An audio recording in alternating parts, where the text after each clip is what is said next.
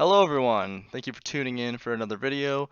I had a request from a viewer asking if I could show how to set up the Rift S for iRacing. So I figured I'd make a quick little video on how to do it. It's really quite simple, so I'll just go over the basics. And this is assuming that you already have the Rift S set up and it is ready to go, ready to hop into iRacing. So here I have a session queued up, and just like normal, you would first, make sure your Oculus software is up and running because it needs it to pick up the display. So we're going to go ahead and join in the session, and it will give you the normal loading screens that you would see on just a monitor setup. And then you'll get an extra box saying that the Oculus Rift has been detected. And you will go ahead and click yes. And at this point, it has picked up the Rift. Alright, so you're loaded into the session, and you're probably thinking, oh great, I'm ready to race. Let's just jump in. Wrong. Once you click test, it's going to look like this. Now, I don't know about you, but I don't think I could effectively drive this way. So what you have to do is go into the options and go to controls. And there is an option for recenter HMD. HMD is head mounted display. So you may want to map this to a button on your wheel to make it fairly easy. I have it mapped to the PlayStation button on my Thrustmaster. So once you have that mapped, go ahead and go back into test. Get seated like you would be ready to drive and press that button, and you will now be centered. The second thing you really should do is adjust your mirrors. So you want to go over to the graphics adjustments black box, and you'll select the mirror you want to adjust. We'll go with left side. I will set it to 0. So yaw is the way it moves from left to right. So negative on the left side will move it out more. Positive on the left side will move it inward. On the right side, it's completely opposite. Negative will move it inside. Positive will move it outside. I think it added 3.2.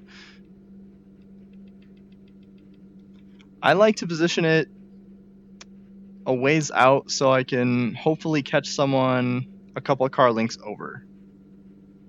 You'll always have that blind spot though, in my experience. So a lot of the times I'm relying on my spotter. But if you can catch them coming up quick enough, then it definitely helps having it out more. Pitch is the way it moves up or down. I usually just leave it at 0, depending on the car.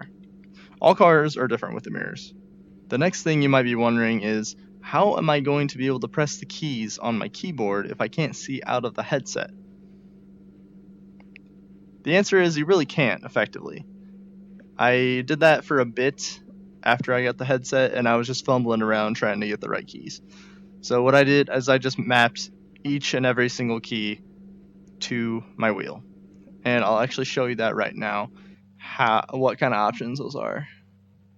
So you go to controls, and some of the main ones would be the black box. So I have buttons to go side to side on the black box, like from lap timing to standings to relative, fuel. And I also have to the directional arrows. Those will change like your fuel settings and whatnot, and allow you to go up and down. So if I'm in fuel and I need to add, I just go to the... Get going. Thank you for that. Move it. I would just Okay, punch it. go to the right. Go. Shut up. I would just go to the right or up and down wherever I need to go. Another thing you'll have to take into consideration are your graphics settings and the power of your PC.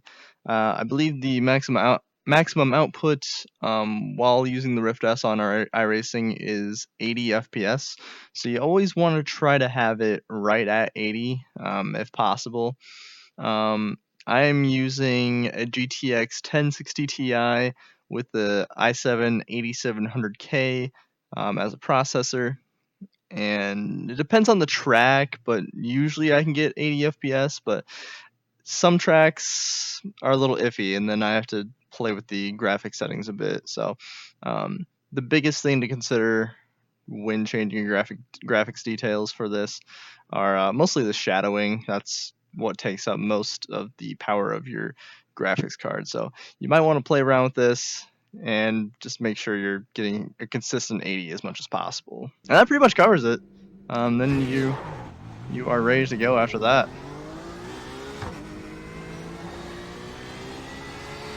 Now, if you tend to move around a lot during the length of a race, you can press the recenter HMD while you're driving.